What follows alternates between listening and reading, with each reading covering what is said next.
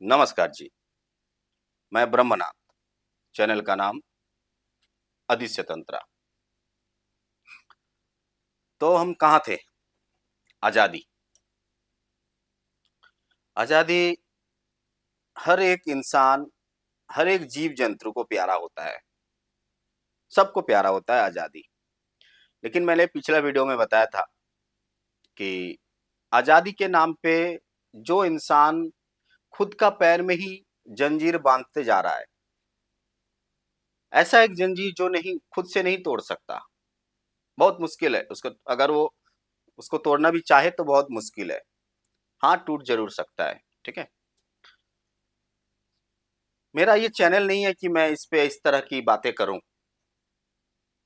लेकिन आप सबको बता दूं कि एक साधक अपना जीवन काल में उम्मीदें बहुत कुछ रखता है। वो एक उसकी नजर रहती है, पहली नजर समाज पे कहाँ क्या गलत हो रही है, ये उनकी पहली जिम्मेदारी होती है। तो मैं इस समाज का, इस भारत का बहुत छोटा सा एक इंसान हूँ, बहुत छोटा सा। मैं ना कोई पॉलिटिकल मेरा बैकग्राउंड है, ना मैं पॉलिटिक्स करता हूँ, ना ही मैं कोई ऐसा एक ऑफिसर हूँ जो मैं ये सब रोक सकूं। तो मैं कोशिश करूंगा मेरी शब्दों के द्वारा कि आप लोगों को जगाया जाए ताकि आप लोग जागो। तो हर साधक की ये पहली जिम्मेदारी होती है कि वो समाज के लिए इतना तो करे। अलग अलग साधक अलग अलग प्रकार से अपना काम किए जा रहे हैं। कोई दान ध्यान करता है, कोई कथा वचन करके समाज को जगाता है, कोई योग साधन करवा के समाज को जगाता है, कोई अच्छे खान-पान और अच्छे कपड़े इस तरह से लेके समाज को जगाता है, लेकिन अल्टीमेट समाज को जगाना होता है।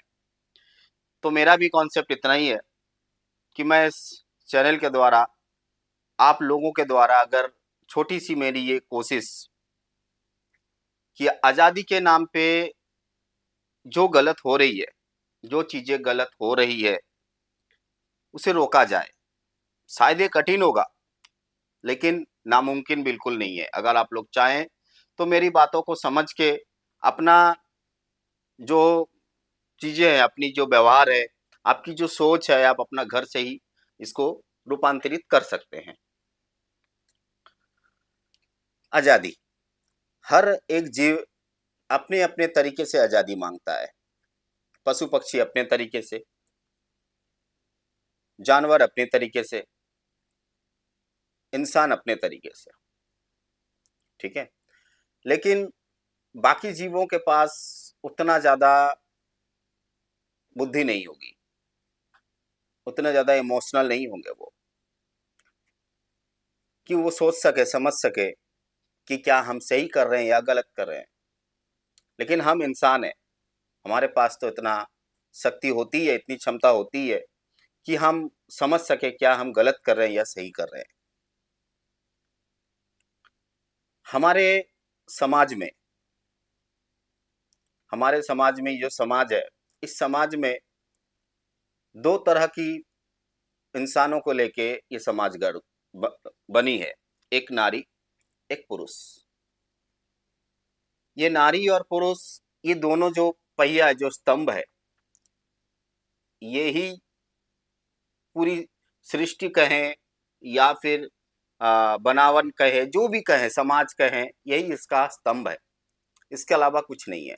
एक नारी और एक पुरुष।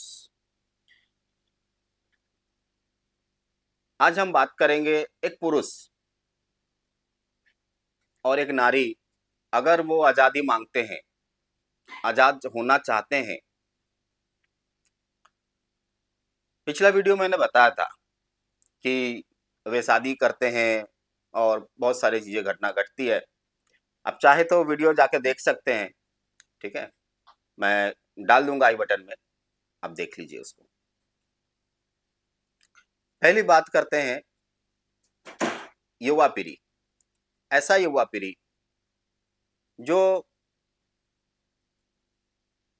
2001 से लेके या 2003 से लेके इनकी जन्म हुई है, बर्थ हुई है। मैं क्यों ये तारीख और ये साल बता रहा हूँ, इसके पीछे का कारण है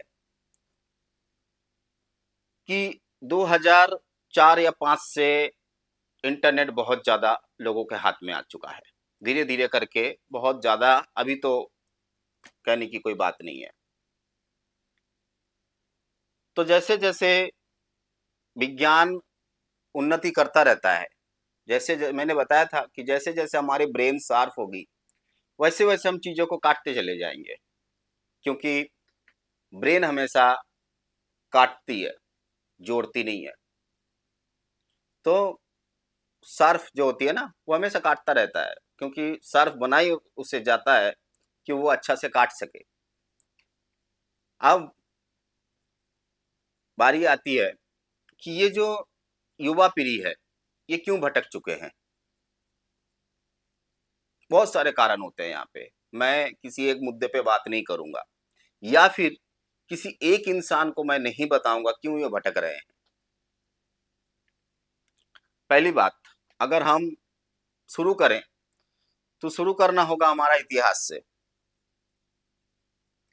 अब इतिहास से क्यों? ज़्यादा दूर नहीं जाएँगे, सामने ही रहेंगे, ठीक है? आज़ादी के बाद, वहाँ पे हमारे इतिहास में कुछ ऐसी चीज़ें पढ़ाई-लिखाई जाती थी। आप जानते हैं कि सारे चीज़ों को तोड़-मरोड़ दिया गया था। वो तो पढ़ाई हुई। अब आते हैं, मूवीज़ चलती है, सीरियल चलती है, यहाँ पर भी सारी चीज़ें गलत दिखाई गई। कैसे गलत दिखाई गई, यहाँ पर आपको समझ में आएगी। अब देखेंगे कि किसी नारी पे जुल्म करने वाले किसी पंडित होते थे। वो कंधे पे अपना जनेऊ लिए रहते थे, माथा पे तिलक होता था। ऐसे ही उनका वेशभूषा बनाया गया था, और ये सोची-समझी एक प्लान था। सोची-समझी एक साजिश, जो दर-ब-दर बढ़ती गई। अगर किसी नारी के ऊपर अत्याचार हो रहा है, तो वो एक पंडित करता है। अगर कहीं पर कोई गलत काम हो रही है, तो वो उनकी जो अटायर होती है, वो तिलक होता था, रुद्राक्ष होता था, जनेऊ होता था। इस टाइप के मूवीज़ बनते रहे। आज भी बनते हैं, हालाँकि आज भी बनते हैं, ठीक है? लेकिन उतना नहीं जितना पहले बना करता था।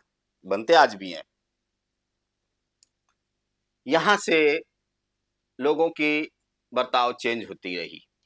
मैं आज भी आप ये जो मैं आपको एक छोटा-सा सफ़र बता रहा हूँ, ये काफ़ी नहीं है।